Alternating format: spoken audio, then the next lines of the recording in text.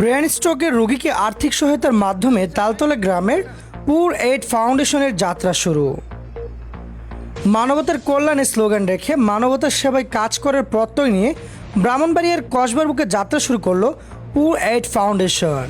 সংগঠনটির শুভ উদ্বোধন উপলক্ষে আজ 31 মে শুক্রবার তালতলা পূর্বপাড়ায় একটি অনুষ্ঠানের আয়োজন করা হয়েছে। উক্ত অনুষ্ঠানের সভাপতি হিসেবে সৌদি আরব থেকে ভার্চুয়ালি যুক্ত ছিলেন সংগঠনটির সভাপতি মোহাম্মদ আব্দুল জলিল। প্রধান অতিথি ছিলেন ৩ নং ওয়ার্ড কমিশনার সাইদুল ইসলাম সজীব।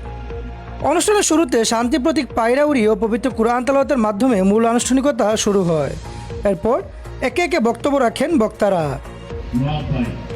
এ সময় আরও উপস্থিত ছিলেন সংগঠনটির উপদেষ্টা মোহাম্মদ সাইফুল ইসলাম আখের, মোহাম্মদ দেলোয়ার হোসেন, বিল্লাল হোসেন, তালতলা সুন্নিয়া দাখিল মাদ্রাসার প্রতিষ্ঠাতা মাওলানা মোহাম্মদ শাহ আলম, সংগঠনটির সহ সভাপতি মোহাম্মদ ফিরোজ মিয়া, সহ সাধারণ সম্পাদক মোহাম্মদ ইসহাক, কসবা উপজেলা ছাত্রলীগের সাবেক প্রচার প্রকাশনা সম্পাদক মোহাম্মদ সুমন রানা, নোয়াব সর্দার, জুয়েল মিয়া সহ গ্রামের গণ্যমান্য ব্যক্তিবর্গ ও সর্বস্তরের মানুষ।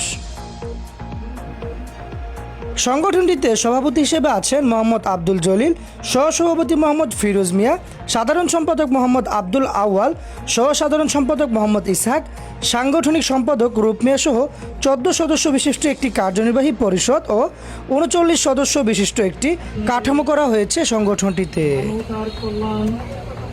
এ সময় সংগঠনটির প্রথম কাজ হিসেবে তালতলা নিতাইনগরের ব্রেন স্ট্রোকে আক্রান্ত মোহাম্মদ নাজমুল ইসলামকে নগদ 60,000 টাকা দেওয়া হয়েছে ও প্রধান অতিথি হিসেবে উপস্থিত হয়ে কাউন্সিলর সাইদুল ইসলাম সজীব তার ব্যক্তিগত ফান্ড থেকে আরও 5,000 টাকা অনুদান দিয়েছে।